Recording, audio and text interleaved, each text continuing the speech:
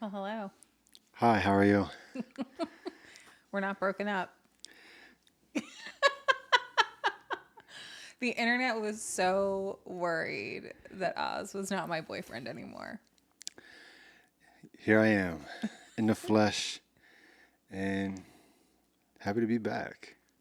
I'm so excited to have you back. I feel like it's been months since we've recorded a podcast episode together. It's long overdue. It's But, been, we have a lot of events in between the time to, talk about. we're not talking about them today. Today, I'm going to be asking Oz a series of questions to get to know him better because I love getting to know my man better, and I think you guys like getting to know him better as well. Comment in the comment section, spill the tea if you want another episode of us talking about the events in between hand. The, the breakup. What breakup? Play with somebody else. Yeah, it's been a while. We kind of do owe them a life update. For sure. If you want a life update, let us know in the I'm comments. excited for these questions, though. These are some good questions. I can't wait to get to them. Yeah, I'm very excited. Let's dive right in. So, I'm going to be asking Oz just a series of questions to get to know him better. And I'm excited to see what your responses to some of these are because I think it's going to make me a better girlfriend. Oh, Do you well, think so? I appreciate that intention. Yeah, absolutely. Of For course. wanting to be a better girlfriend, a better partner for me. It Absolutely. means a lot. I love you so much. You're so beautiful. And I Oh, love being a good partner to you. So, I love you too. Okay, let's dive in. Question number one. What is something that women completely misunderstand about men? that we just want peace. That we really, most of the time, I can't speak for all men. Everyone has their caveats, but I think most men just want peace. I think most men are doing the best that they can, best of what they know. And if if you want a man to be better, pour into him, treat him like a flower, water him, put him in the right soil, and he will bloom into what you want him to be. I appreciate that. I think the same is true about women. Mm-hmm. I think that how we behave is a response and a reflection of how we are being treated and what we feel we are receiving. 100%. I think we're mirrors to each other. But, we had a conversation before about like, there's going to be bullshit sometimes. Like, I might get hit with some bullshit out in the world. Now I got bullshit on me. But do I bring that bullshit into the house? Or Mm-hmm. do I wipe the bullshit off? Like, sometimes a person has to be conscious and realize, like, the bullshit has to stop with them before they smear the bullshit onto somebody else. Yeah. How do you think that you make the decision as to leaving the bullshit at the door or trusting that your partner is a safe place for you to share what is real for you? Because we both, men and women, all people, deserve to have someone who holds space for them and their feelings and their emotions and what they're going through in life. So, how do you consciously make the decision as to knowing whether or not to bring the bullshit through the door? I think it's all situational. You know, you can never really pick what is the right answer for anything. Mm-hmm. All you can really do is trust your gut, trust your heart, trust your feelings. Also have situational awareness. Where's your partner at? Where have y'all been at? You Mm-hmm. know, if the if y'all have been in a good place, everything's cool. Sure, maybe lean on your partner.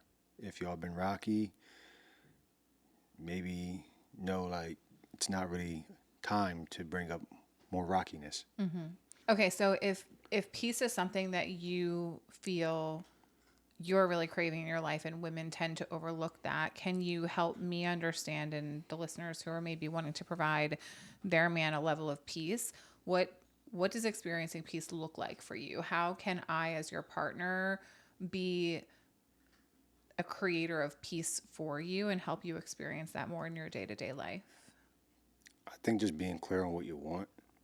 I think a lot of partners, not just women, but all partners tend to sporadically change their mind on what they want. Mm-hmm. And then so you set an expectation for your partner and thinking they're meeting a certain standard. Basically, you got to be aware when you're moving the goalpost Mm-hmm. because when you move the goalpost without any warning, like how could someone how's that going to make you feel if I move the goalpost? Yeah. You're sitting here thinking we're on the same page, you're going about life accordingly, and I move the goalpost out of nowhere, and I'm like, not really feeling the performance anymore. Mm-hmm. It's where I need you to be. And everyone has a right to what they want. And I think you have to analyze your relationship and understand, like, is the goalpost that you're moving a reasonable choice? It might be. You might need to move the goalpost. But I think just be aware, are you doing it unnecessarily? Understood.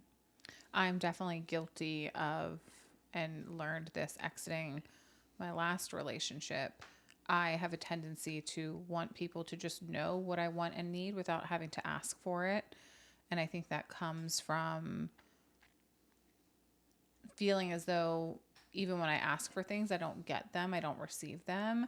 But I know that I can certainly be guilty of not being clear in communicating what it is that I want. And that's something that I want to work on. The book that I'm reading right now talks a lot about attachment styles. If you're not familiar with attachment styles, I'm no expert in them, but read up on them. I'm learning a lot about disorganized attachment, which I think is the category that I fit into, which is basically where like you so desperately want love in your life and you want connection in your life, but there's also a massive underlying fear because love doesn't feel safe. And so you teeter between like really, really wanting love and then really wanting to push love away because you're afraid of the consequences of it. I mean, I think there's risk in everything in life. Absolutely. You have to be vulnerable Yeah. with almost everything Yeah. in the world, and especially love, Mm-hmm. because for you to even feel love, you have to feel understood. Mm-hmm. To be understood, you have to explain yourself. You have Yeah. to open yourself up to see if the other person can carry all the love, baggage, etc. that you have. And I can understand where you come from with wanting someone to just understand you. I've had those moments in my life with partnerships of like, damn, I just want this person to understand me. Like, how do you not know who I am? I've been around you for so long. You should know me. But sometimes you everyone has their own perspective, their own glasses on in life, Absolutely. as well as their own experiences, Mm-hmm. perspectives, lessons. Yeah. And I think that's also another thing to like just sit your partner down and maybe y'all should go through different lessons that y'all have gone through. Yeah. Maybe y'all haven't really been through lessons that allow y'all to understand each other the way you think y'all should. Mm-hmm. And because you can have a lesson in this area of life, but then I've had lessons in this area of life, maybe we can bring them together. But then because they may be two different lessons in two different areas of life, will also be like they're opposite. So how could y'all? It's like English, I know algebra. Mm-hmm. I can teach you both, but doesn't mean you understand my lesson, and I don't understand your lesson. Yeah, exactly. That's another thing that the book, I really think you should read it. I think you would learn a lot. It's called Why You Do the Things You Do. I highly recommend it to anyone just wanting to like better understand why they operate the way that they do in life. But I forget where I was going with that. Oh, one of the things in the book that I'm really appreciating is just being reminded of the truth that I already know that every human being walking this earth has their own life experience and things that they've been through that shape them into behaving the way that they do and responding the way that they do and moving the way that they do. Mm-hmm. And I think it's just so easy to selfishly in life, because we are selfish, to just assume that our perspective is the right perspective or the way we do things is the right way to do things. And we can fail to offer people the grace and compassion to understand that they're only doing the best that they know how and protecting themselves. And it it is important to offer other people grace and compassion for why they are the way that they are while you navigate being who you are. 100%. And what is really right in life? Yeah. So much of life is arbitrary and made up, and it's easy to look out into the world and see all these different examples of what people are doing, love, power couples, etc., etc. But you can want that, but if you and your partner work towards that, it wouldn't even look the same Mm-hmm. when it's all said and done. Yeah. You can look at another couple and what they're doing, get in the same industry as them, et cetera, et cetera. But your journey and lessons and achievements and failures are not even going to look anything like theirs. Yeah. You might come across similar things, of course, because it's an industry Right. or a pursuit of life, a lane of life. If we both go down the same path, you know, you may be more left on the path. I may be more right on the path. On this side of the path, I got thorns hitting me from the bushes. On this side of the path, you got rocks Yeah. hitting you. So it's like, it's just perspective and philosophy of looking at things. Yeah. I know for me that I talk about this a lot. One of the things that I craved so much in my life was feeling a level of peace. So I really appreciate this response and helps me understand what you're really craving in life. And I definitely want to be that for you the best that I can. I want to be that for you too. Yeah. I know when we first got together early in the relationship, we both had come from very opposite partners in a sense. And when we first got together, it's like, oh my God, someone that's just like me, likes exactly what I like do what I do. To kind of rewind back to the one point we were talking about of like different lessons, like math, algebra, the example of what I'm talking about. What is the balance of wanting someone super similar and the balance of wanting someone you can also learn from? I think that no matter how similar you are to somebody, like I think that we do have so many similarities, but the longer we're together, I do see more differences in us. I think our similarities are a lot in like the way that we act in life. Like our sense of humor is similar, like our taste in music is similar, our taste in food is similar. Like we think about things at the same exact time, we say things at the same exact time, like Literally. we feel a lot of the same things, but I think in terms of like in terms of other things in life, like one of the biggest differences between you and I that is probably one of the things that irritates me the most in our relationship. I love you dearly, but Oz literally has no concept of time, and I have an obsession with the concept of time. Like I am always thinking about the timing of things, when I'm going to be late, how long it's going to take to get somewhere, am I on time? Like I've talked about this very openly with my clients. Like I always have had a very weird relationship with time where it's like I constantly feel a level of pressure. I feel like everything is a rush. I feel like everything is important. Everything is an emergency. Everything needs to be done in a timely fashion. Whereas he can literally just like, he moves at the beat of his own drum. And it's like, he'll say he'll be there in 15 minutes and 2.5 hours later, he's showing up. And I'm like, what the fuck? Like, what is your concept of time? So it's like some of those kind of things in life and like bigger picture things, we are very different. And I think that one thing that I want to do is learn to have an appreciation for our differences and the things that you can teach me and how you can help me be better or different in areas of my life where maybe I don't feel so content with the way that I am. And, I appreciate for how we keep each other accountable because, I do want to be considerate of you. And I know there has been times where you have felt like I'm being very inconsiderate, but though my intention of why I'm showing up an hour instead of 15 minutes isn't like out of like, it was never out of like, oh, well, I don't give a fuck. It was like, I'm probably in the middle of something. My creative brain is like, if I don't do this right now, I'm going to fucking lose the spark or the idea. I have the energy and time to do this. Let me Yeah. do it while I have that. That's more so where it comes from. It's never like, man, she'll be all right. Like, Yeah. you know what I'm saying? Like, Yeah. it's really just me trying to take advantage of the fuel I have. Yeah. And I understand that. I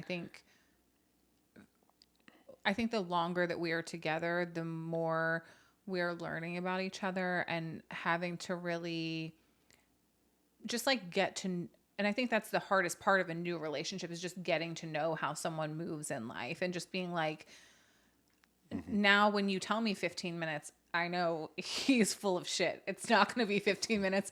I can anticipate seeing you in an hour. So I'm not going to rush around and hurry up. So in 15 minutes, I can be sitting here waiting for you and ready for you. It's like, I'm going to continue to go about my life. And when you show up without the expectation of, oh, his 15 minutes really means 15 minutes. Because at the end of the day, it's not something that is a big deal. It's not something that like actually really matters. It's just, I'm not used to that. Yeah. So it's just like, learning to get used to that, and same is true I'm sure with many things that I do. It's like you're just not used to someone that moves that way, so it's adjusting to understanding. It's been a lot of education. Education for sure. We're learning a lot about each other. Love you to death. I love you too. Okay, let's move on. Question number 2. What is something that you wish women would stop overthinking? Themselves. Good luck. I just think when you're caught up in overthinking, it's exactly what you're doing. Well, I want to know, what do I overthink the most? I know my answer. What do I overthink the most?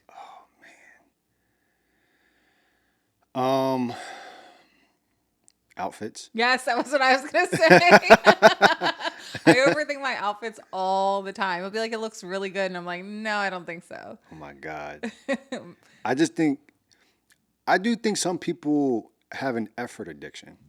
If it doesn't feel like effort, Yes. it's not enough. Yes. One of the things that frustrates me so much about myself is like I do have I have an attachment to, like, when I'm productive in life, when I put effort into things, that's when I feel most worthy. And this is something that I've been working on for years. Like, I don't want to have an attachment to feeling good when I do things or when I put in a lot of effort or when I work really hard. Like, for me, I do have this mindset of like, if I work harder, then the work is more valuable or it turns out better or whatever. It's like, no, like you can put in a little bit of effort and it can still turn out amazing. You don't need to put in hours and hours of effort for it to turn out amazing. No, 100%. You know, there's a lot of things you put on and things that you do. And I'm just like, stop. Stop right there. No more. No, like, keep that. Yeah. But, you know, you also have to experiment with these things. You know, if you're not used to, if you're used to going to 90 out of 100, but you don't allow yourself to see the rewards from 85 or from 65, you'll always just be used to, I need to do 90 to 100 out of 100 because you don't allow yourself to put on in your head, a 65 out of 100 outfit and go out and get some compliments or see that people actually really enjoying that you look good. We're all attached to the things that allow us to be comfortable in our own skin and everything else in life. So it's understandable. Yeah. I'm a chronic overthinker. You're also a pretty chronic overthinker as I well. am. Yeah, you overthink a lot. I may look like I'm cool as a cucumber, and my eyes may be deep set. I don't know who's looking at him as like he's cool as a cucumber. Just kidding. But you know, I'm very much thinking a lot What all the What do you time. think you overthink the most in life? Yourself. Myself, Yeah. life itself, Yeah. cliches. Oz is the king of a metaphor. I am. I am the king of a Bro will metaphor. come up with a metaphor for every single situation. Be like, you know what, Jess? It's kind of like a. On the spot, Can I be too. honest with you, babe? It's kind of like a. Let me tell you something, babe. It's kind of like a. And I'm like, life is not a metaphor, hun. But he's great at metaphors. I'm amazing at He is amazing at metaphors. a metaphor I use them king. in my consulting meetings all the time, and the client would be blown away. Like I never thought. I think I'm. That's just how I was made, though. You know what I mean? Yeah. I I remember one of our very first conversations on the phone. I don't know if you'll remember this, but we were talking about you were talking about like the destruction of a building and how when you knock a building down, like there's going to be more destruction, like there's going to be more chaos and mess before you can rebuild it. 100%. Then there's going to be initially like knocking the building down is going to look worse than the building being there. But it's a requirement of rebuilding. It is. You know, think about if you did have to build a building. You have to sit there, think about what you want the building to look like. You have to do the schematics. Then you have to put it together. You have to build it. Then it's complete. And you look at the building, the idea or whatever it is, you're like, fuck. And you got to tear it all down. And then when you tear it down, there's effort into that, time into that. Then you got to move the rubble. And then when you're moving the rubble, you're getting scratched and bruised. And, you know, that's a metaphor for, you know, it affects your life in some way. Another metaphor. And then after that's all done, you have to do it all over again. Yeah. I've always really appreciated the way that you think, and I still do very much appreciate the way that you think. I hope it's productive. Sometimes, like you said, I overthink myself. Like, I overthink myself as well. It's a but part of I'm life. I'm happy to be able to think than not to think. 100%. Thank God we have big brains that work. Big brains that work. Okay, moving on. When a woman comes to you with a problem, what makes you think that she wants your advice rather than just comfort and support and love? How it's delivered. If you come to me and say, I got this, it's also subject matter, delivery and subject matter, topic. If you come to me about something in business, I think I'm good enough now to be able to differentiate, what you want from me. But I think if it's presented as like some sort of logical problem, a man is definitely going to think that you want some type of Advice. advice and solution. Yes, but if you come to him with a problem around how it's making you feel, then I think a man can hear, oh, this is about your feelings, Yeah. and therefore I can be there for your feelings. But Yeah. if you approach it from like wanting some logic, yeah, you're gonna get a logical response. Yeah. I think a really amazing question to ask people in conversation. I feel like it feels a little bit informal, but I think when someone comes to you, and I'm not necessarily saying we should do this, but maybe for the listeners, this might be helpful. If someone comes to you and is sharing something, asking them, like, do you want advice or do you want support? Like, are you looking for a solution or are you just looking for a place to vent? Because I know for me, a lot of times, like, I'm a very solution oriented person. I When I have a problem, I already have five solutions in my head. I know how to solve my own problems. So 99% of the time, like, I'm not looking for you to fix anything for me. I'm just looking for you to be a safe place where I can cry or I can vent or I can share my feelings and I can just get things off of my chest because you are a safe place for me to share what I'm thinking and feeling. Oh, thank you. You're the same for me too. And we've worked diligently to be that for one another too. Yeah. I mean, yes, it's been very much natural, Yeah. but also with our differences, sometimes it's like it's not always so just no brainer. You know what I mean? Yeah. Like there's Absolutely. effort that has to take place sometimes. Yeah. I think the more serious, I don't know if that's the right word, but the more serious our relationship gets, the more, the easier I think that when you start to really feel like genuine commitment to somebody and genuine commitment to a relationship and start thinking about a future with somebody, it's easy to like just look for the reasons as to why this can't work instead of fighting for why it could work or why it can work. And I think it's so important for me personally to remind myself, like, I know I'm not a perfect person. And I think it's easy to want to like look at other people and be like, well, this is why this isn't working or this is why it's a problem. And it's like, no, sometimes, Jessica, you are the problem. And sometimes you are the cause of the issue because you're also not a perfect person. Can I ask you a question back? Yeah. How do you feel? How do you? What's the way I'm trying to say this? Let's just say the coming to your partner for safe space. How, based off what you've seen in the past, how do you feel like you should go about it moving forward? And how do you think other women should go about it?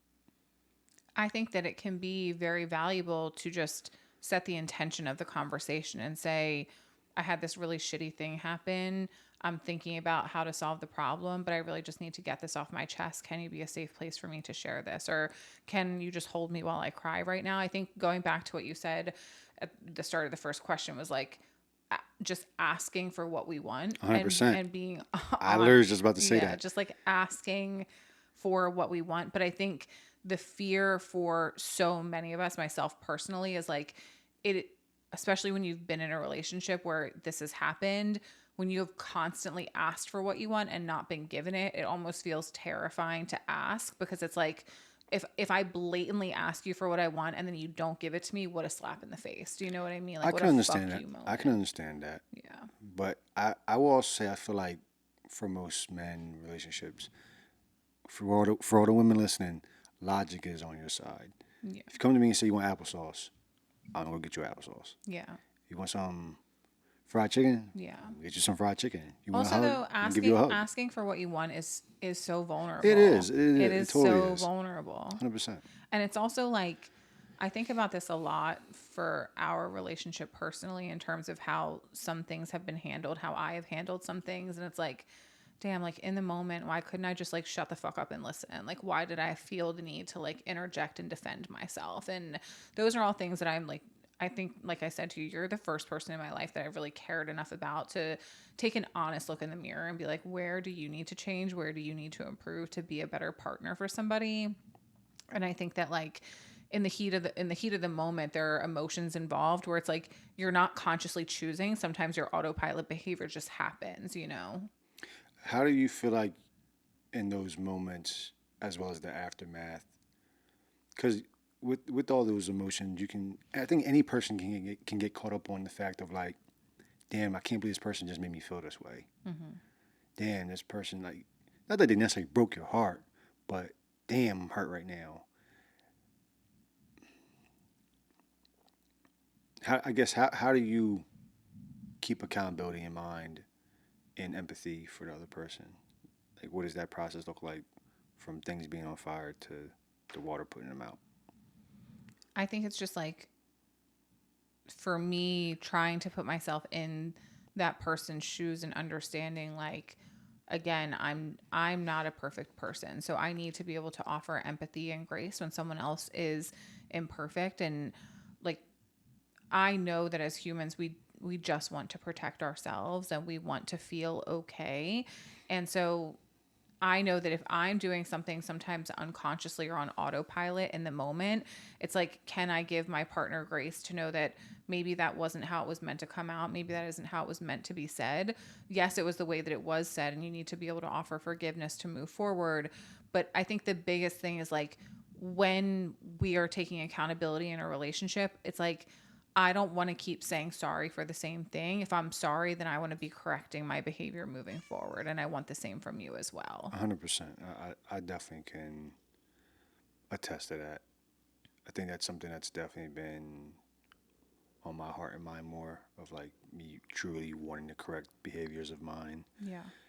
just so I can be a happier person first and foremost. And then now that I'm a happier person, you get to receive a happier version of myself. Yeah.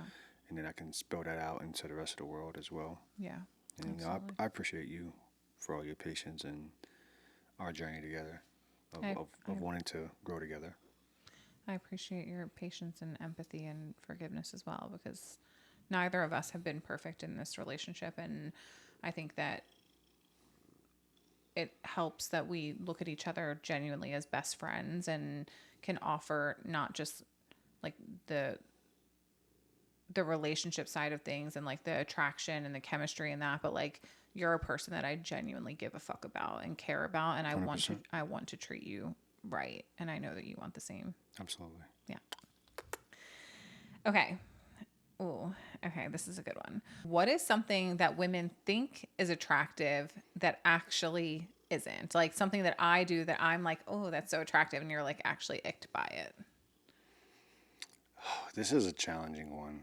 Um, I don't think you don't really do things that ick me. So I would have to like use a different example.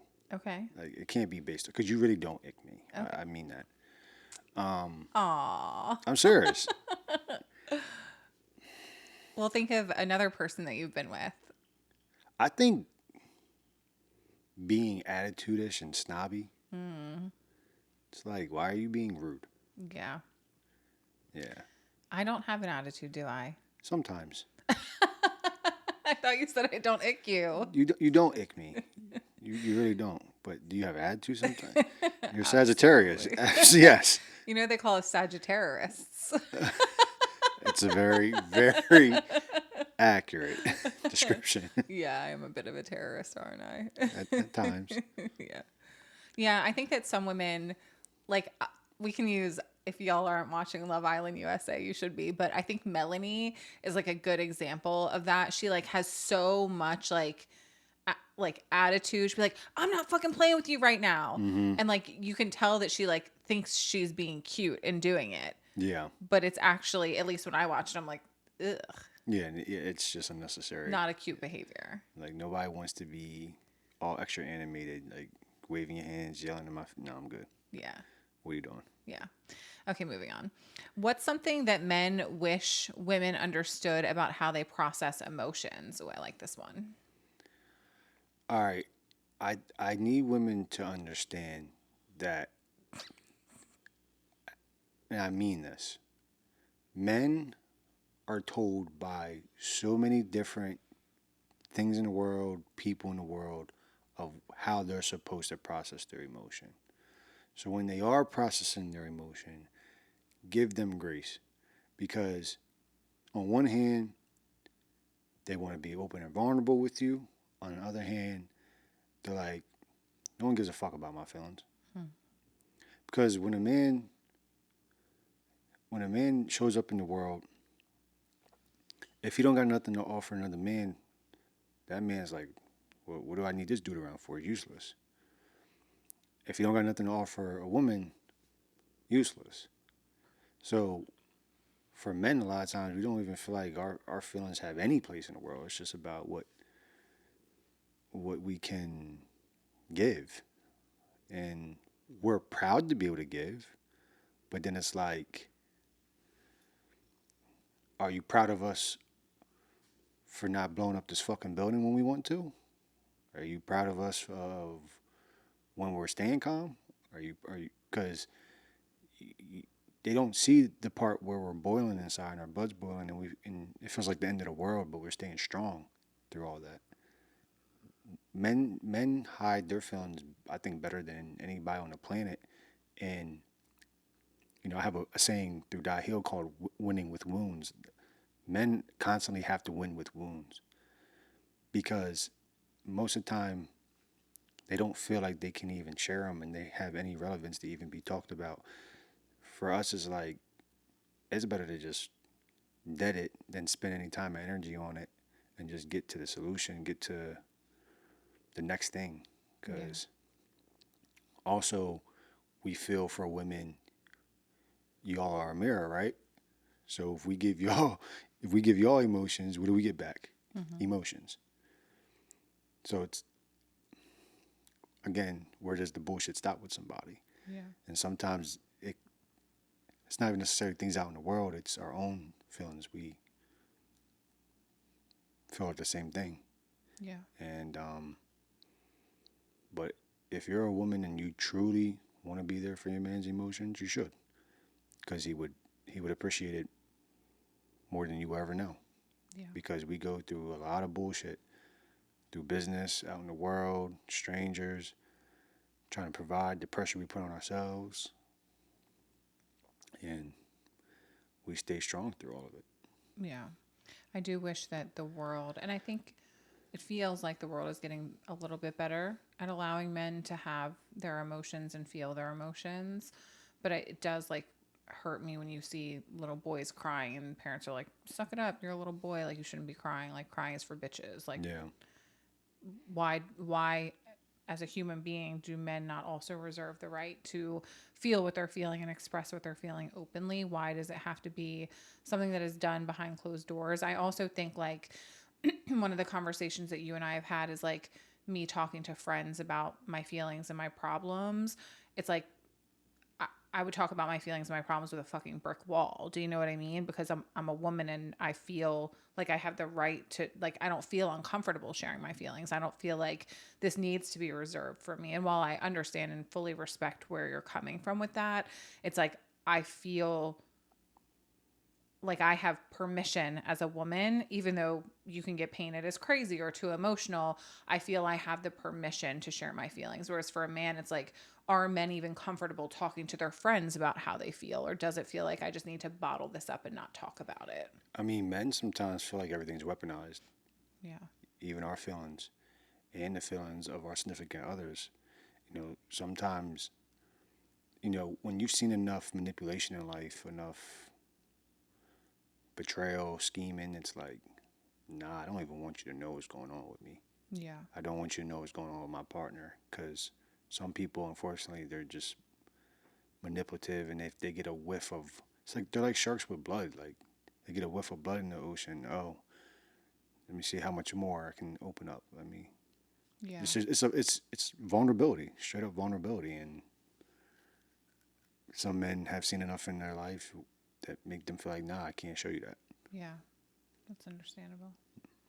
I'm sorry that you felt that way, and I hope that I continue to be a safe place for you to share your feelings and emotions. Absolutely, you totally have, and I love you and I appreciate you. I love you back. Okay.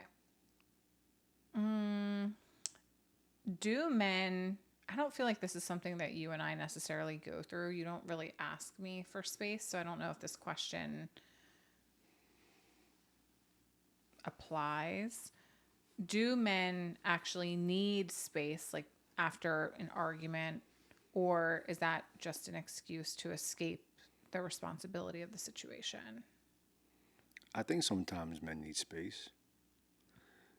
I think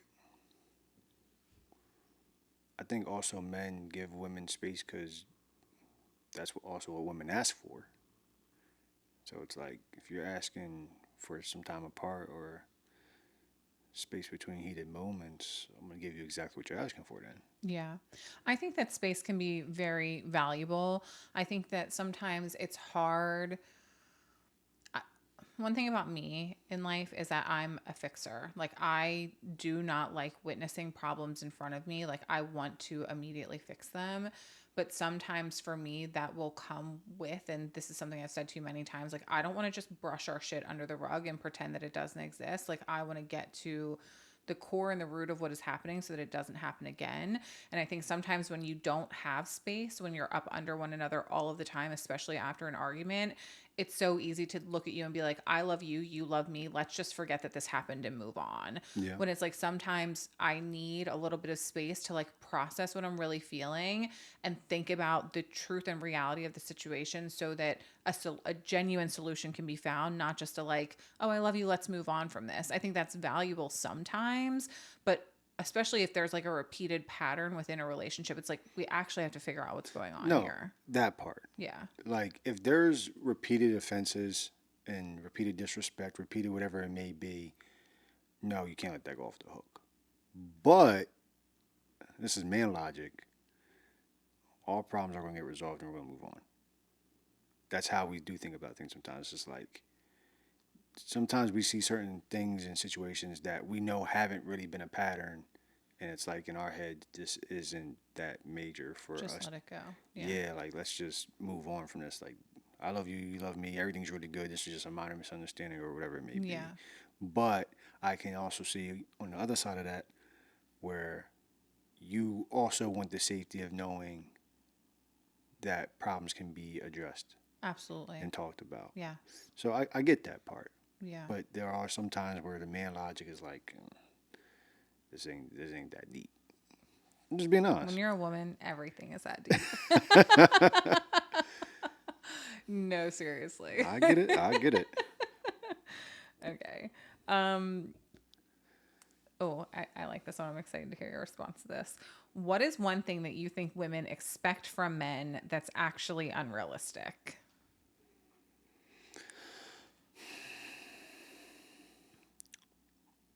4 rounds in bed.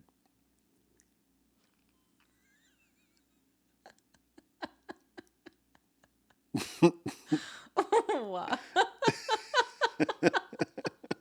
Okay, wait. If you're a woman who is expecting 4 rounds from your man in bed, please can you let me know? Because there's no way in this world I would ever expect 4 rounds.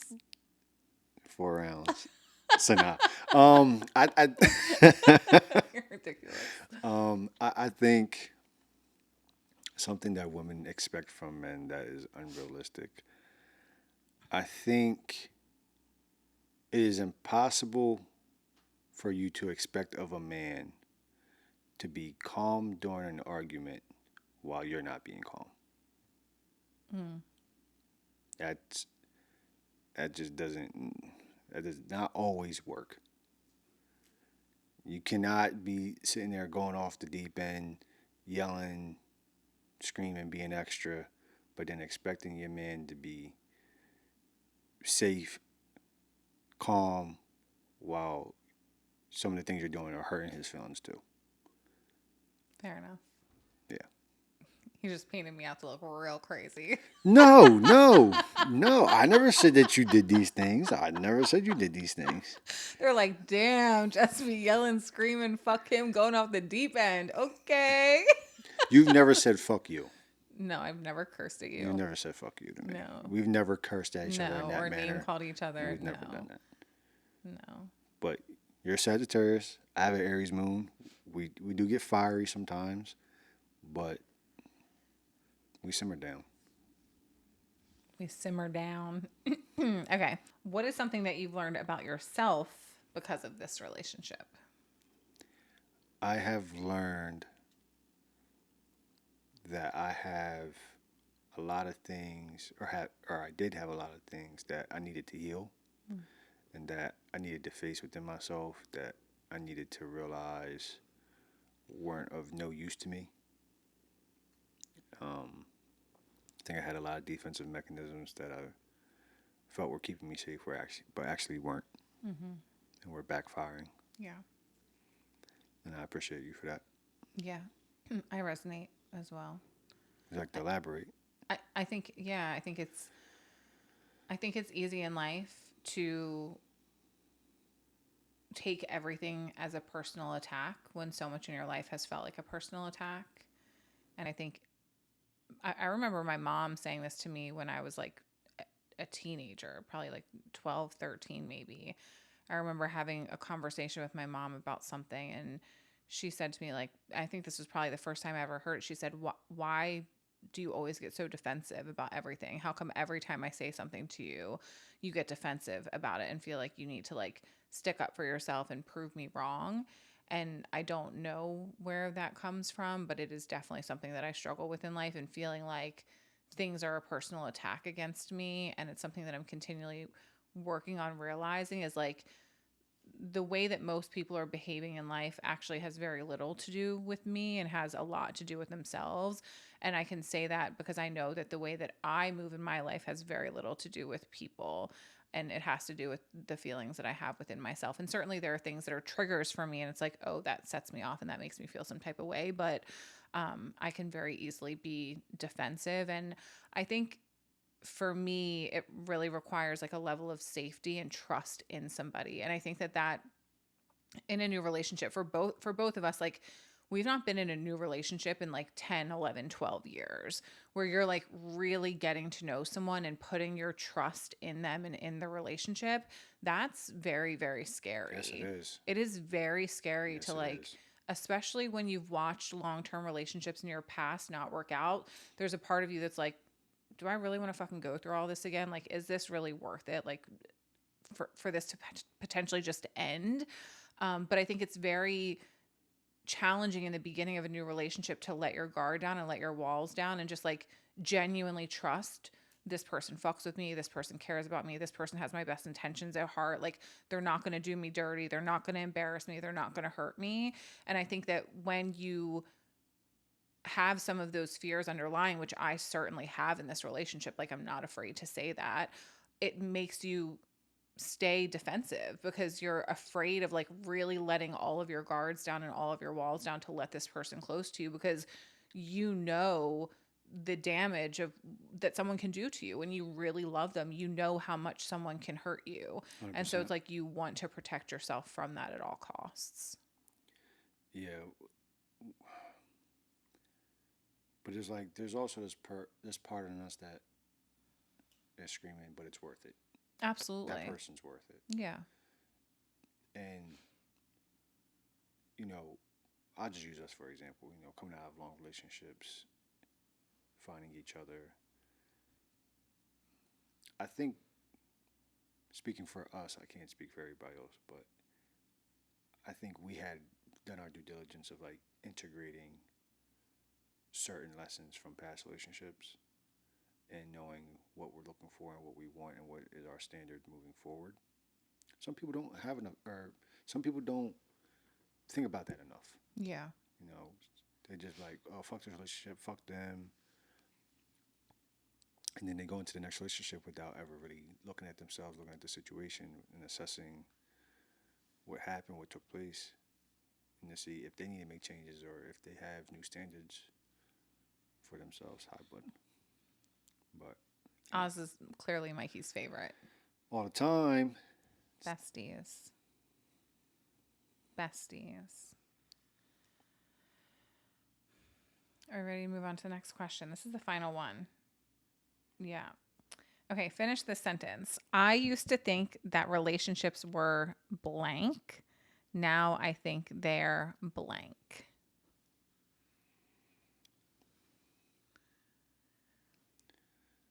I used to think that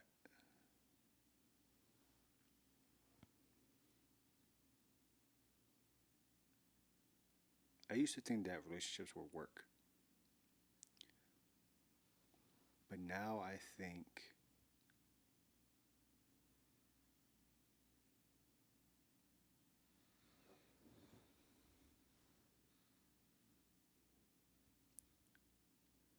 to think relationships were work. Now I think they're what you make them. I like that. Yeah. I think we I think it is easy to lose sight of what you really are trying to build, Yeah. of what you really want, what you really want to feel. When you have so many things in the world telling you what the standard should be, what you should enjoy, what you should accept, what you should not. There's so many things in people in life telling you that your life should look like theirs. I think people need to sit with themselves, sit with their partners, assess their relationship, and really ask: Are they happy? Are they waking up and having a day-to-day life that they actually enjoy with them? Yeah. I'm not saying responsibilities, jobs, and stuff aren't going to be there that take away from some of the fun. But do you really have a partner where I would say at least 75% of those boxes are checked? Yeah. I would answer this question by saying I used to think relationships were meant to be easy. Now I think that they are a responsibility. I think kind of opposite of what you're saying a little bit. I think that We're for kind of actually saying the same thing. kind of the same, kind of different. I think that logically in a lot of my life I've known like just because something isn't easy doesn't mean that it's not meant for me. But I think when it's come to relationships, it's like I've never witnessed a healthy love in my entire life. I've never Me witnessed neither. like my dad's been married 3 times and at 80 years old is still cheating on girlfriends. Like my mom never had a healthy relationship. My parents' marriage was super toxic. Like my older brother is in a very abusive relationship. Like I've just never witnessed a healthy love. So I've never witnessed like good conflict resolution. And so because I witnessed so much conflict, it's like that's not healthy. So a good relationship should be easy and not include conflict. When what I'm learning as I get older is like no, conflict is going to be a part of the story. It's how do you repair and how do you move on and how do you hold space for one another on the other side of that and how do patterns and behaviors change moving forward. So I really have tried to start looking at our relationship rather than expecting it to be easy, but seeing it as a responsibility of something that I get to put in the work for. And if I want this to be a good relationship, it requires me putting in the effort that any other responsibility in my life would require from me. Amen to that. Yeah. I agree. Actually, the way you phrased it is the way I kind of wanted to phrase it. But the way that I phrased it, we're saying the same thing. Yeah. The relationship is what you make it. Yeah. And the reason why I said I used to think relationships would work is because I used to have this mindset of like, oh, not like moaning and groaning, but it's work. Like nobody wants to label something they want to enjoy as work. Yeah. You know what I mean? But I also think it's like going to a 9 to 5 versus having your own business. Like they're both work, but one 100%. of them is providing a return that feels worth it. And I Exactly. think when you're in the wrong relationship, the return that you're being provided doesn't feel worth the effort that you have to put in.